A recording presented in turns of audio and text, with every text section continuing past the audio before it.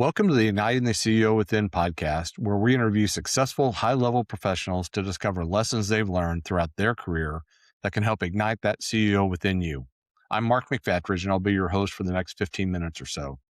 Our show is sponsored by Quaid, a nationwide community of CEOs and entrepreneurs. Quaid has developed Launchpad, which offers an opportunity for executive coaches to become licensed circle directors and earn significant recurring revenues. After completing the Launchpad program, you'll lead your own peer advisory circles, helping other CEOs and entrepreneurs excel in their professional and personal lives while providing a community of accountability, challenge, and support. If you'd like to learn more, go to quaidcircle.com. I am pumped to have this episode today. I'm going to bring on Galen Bingham, who's the CEO of Kiln Global Coaching and Consulting out of Chesterfield, Missouri. And just in my brief interactions with him, this is going to be a fun one. Galen, welcome. Hey, man, great to be here, man. I'm so excited to be part of this conversation. Yeah, me too. All right, I'm going to get right to it. Look, you have had an amazing career. You coach and mentor amazing leaders. But my guess is at some point you've seen some folks that maybe weren't so amazing in the leadership position. What, if you started to think back, what's one or two traits that stand out to you that really separate those excellent leaders from the, I'm going to say, not so excellent leaders? How's that? Yeah. So many different things that we could focus on. But the key thing that I see that makes the difference between being good and being great is that those great leaders, they have such amazing clarity about what their role is.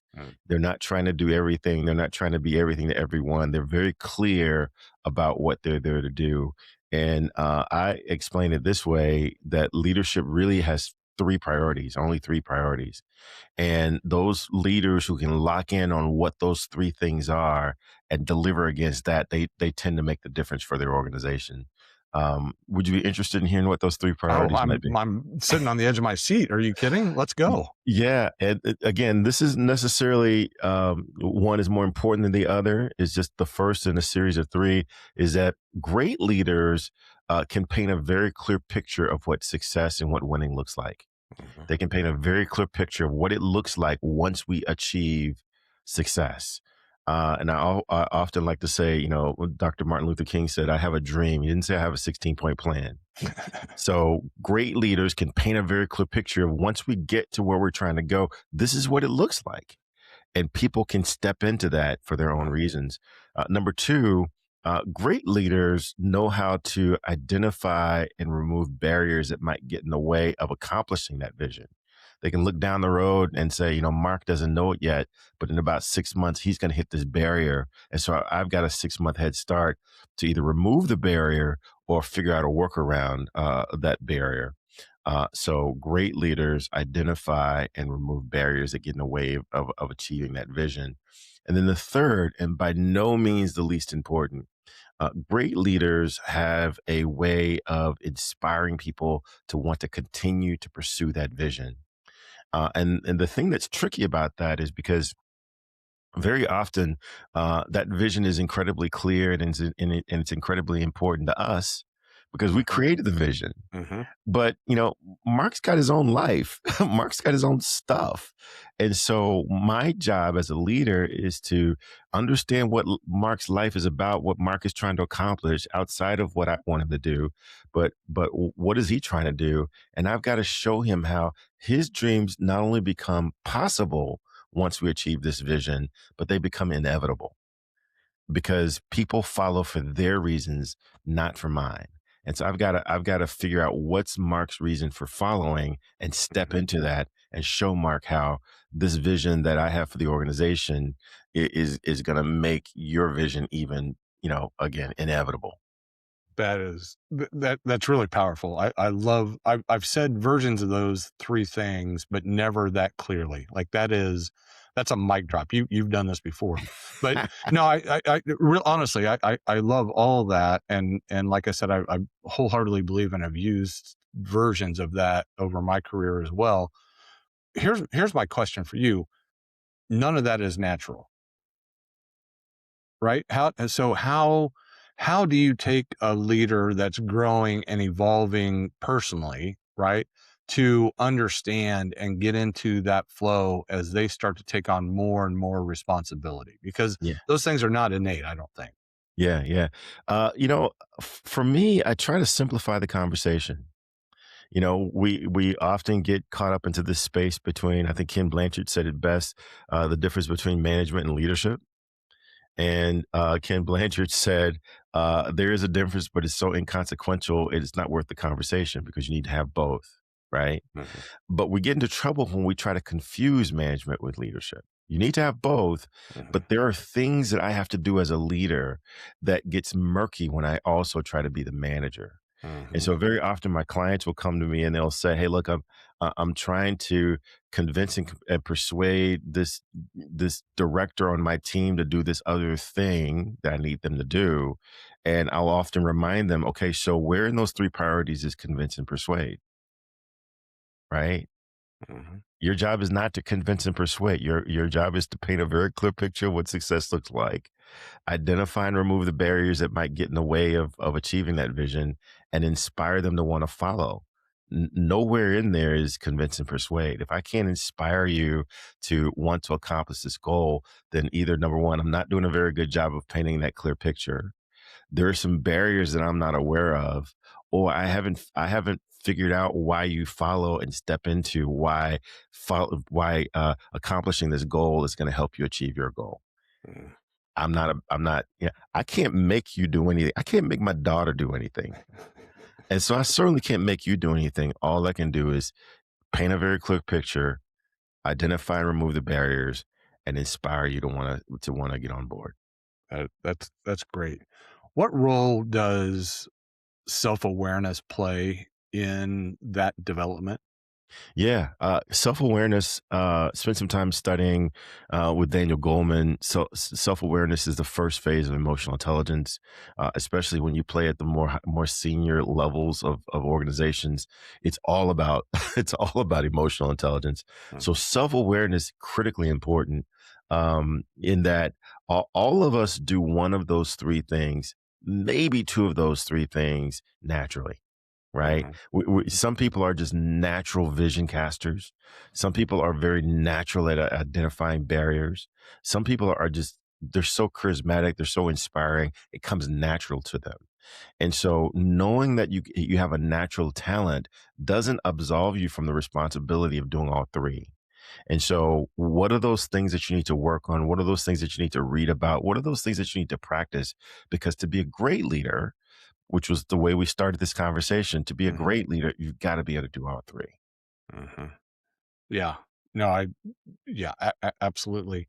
Where I'm going to stick around on that emotional intelligence topic, because I agree with you. It is so vital to have that understanding and to be able to read the room, right? I mean, which is a lot of it, and to uh, really understand where your words and actions are landing Yeah. with other people.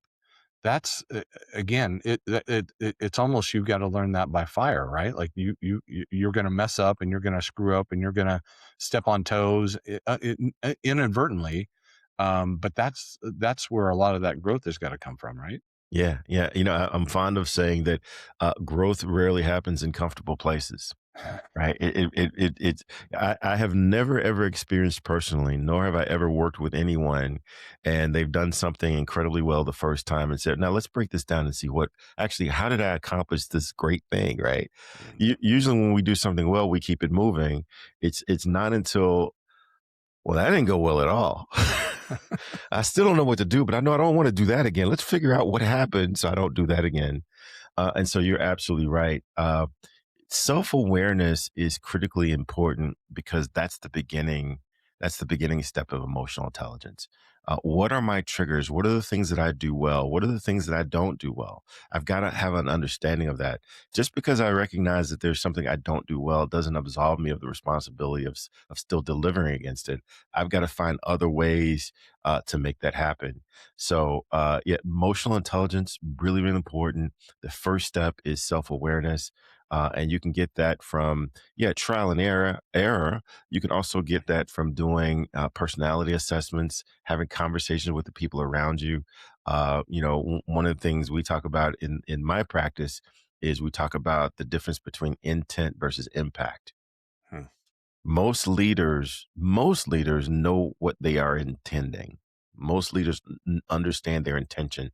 Very few leaders have an incredibly clear picture of their impact, and they start judging other people based upon their ability to follow my intention, right? Hmm. So if I intend for you to go left, and I keep trying to express to you for you to go left, and you don't go left, well, clearly you don't understand. Clearly there's something wrong with you, All right. because my intention and you didn't follow the direction. Well, wait a second. Am I speaking the same language? Right? You could be speaking Spanish, and I'm only speaking in English. Right? Maybe you're a visual learner. Maybe you understand visually, and I'm sending emails. Right? So the objective of communication is not to say what you want to say. The objective of communication is to make sure that the message is conveyed to inspire the kind of action that you're wanting to convey.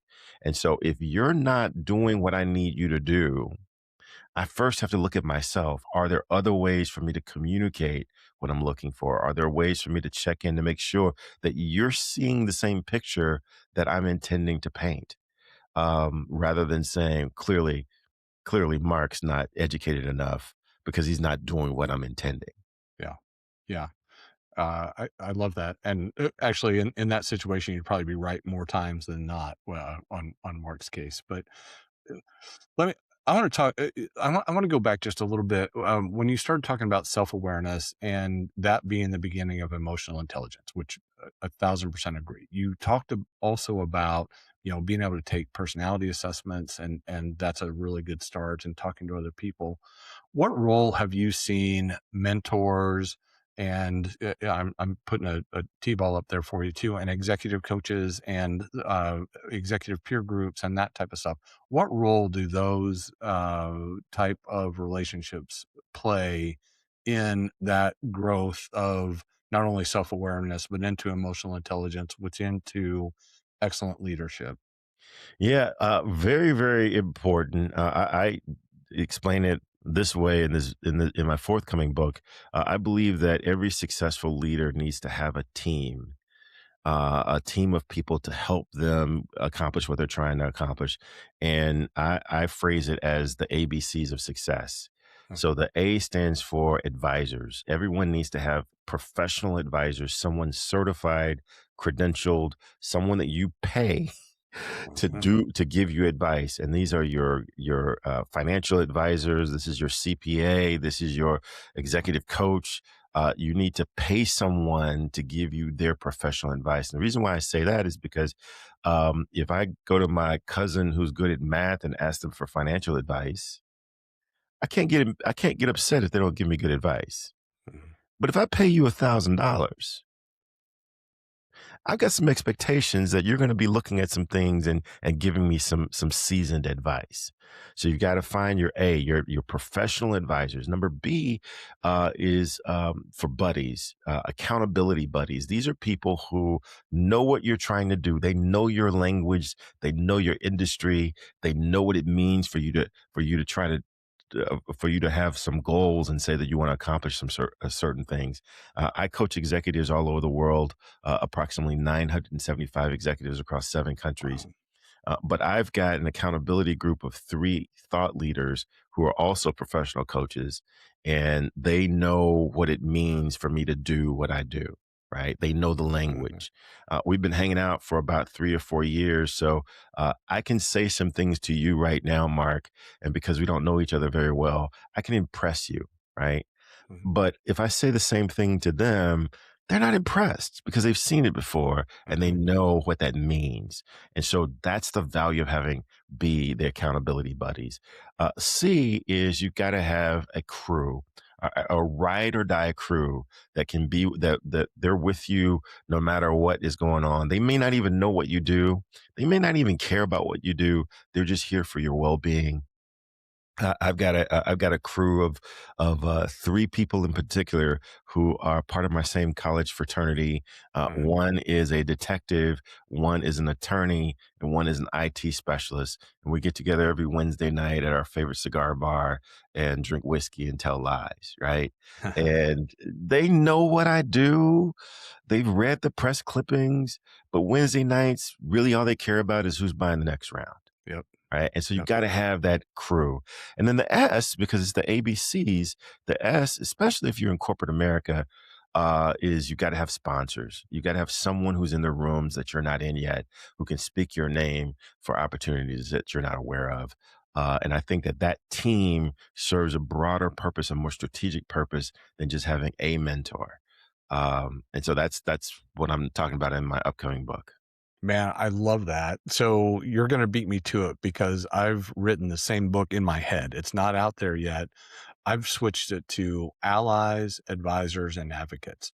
Same. It's exactly the same concept. So I'm going to buy it. Can I put a pre-order in right now? Because Absolutely, that absolutely. I'm telling you, you and I are really aligned. That I love every bit of that. You absolutely nailed it. Thanks. Yeah. Fantastic, man. Hey, Galen, like I said, we try to do these in little bite-sized nuggets, and we're coming up on that point. So I want to end this with a question that I ask a lot of our guests, and that is, if you were to think back and look at 21-year-old Galen, Mm. what's one thing that you wish he would have known then that you've learned over these Wow. Yeah, I'll tell you one of the toughest pieces of feedback that I received. I think this is like my third promotion in, and it was kind of tough for me to hear, but it really did resonate. It really has meant the world of difference to me, and that is I got the feedback um, that my team was saying it feels like Galen is trying to make us or trying to turn us into the next version of him, years? as opposed to trying to help us turn into the next version of ourselves. And that didn't feel very good then, but they were absolutely right. I was trying to, I had just come off of a role where I was deemed one of the top salespeople in the company. And, as the Peter principle talks about, they promoted that great salesperson to managing a team of Mhm. salespeople. And so my whole approach was, well, I'm gonna show you how I became such a great salesperson. And don't say it this way, say it that way, right? And don't hold your head to the left, hold your head to the right. Uh-huh. And that because that's what I did. And their feedback was dead on. I was trying to turn them into the next version of me rather than what I coach my clients on now. How can you step into what they're trying to accomplish and help them do more of that? As a matter of fact, I named my business Kiln Global Coaching and Consulting because a kiln is an oven, gets up to 3,000 degrees, and it houses the process through heat of turning a substance into a more desirable substance. So it turn clay into pottery. It'll help you melt steel so that you can mold it. It really doesn't care what you put inside of it. Its job is to cure it and to turn it into a higher, more useful version of itself.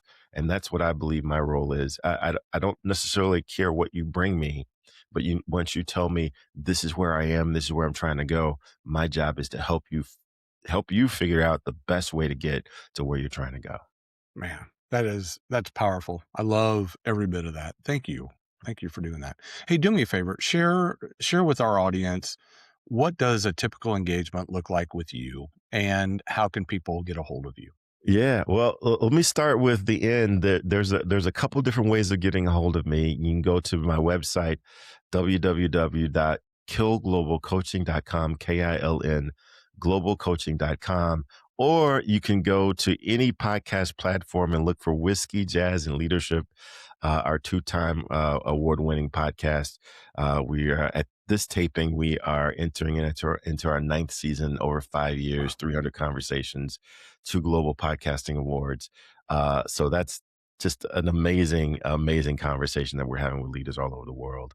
An engagement with me really starts with a conversation because I need to, number one, understand what you're trying to accomplish, where you're trying to go, what you've done, what you've tried already, and whether or not you're willing to evaluate the self-limiting beliefs that we all have from time to time.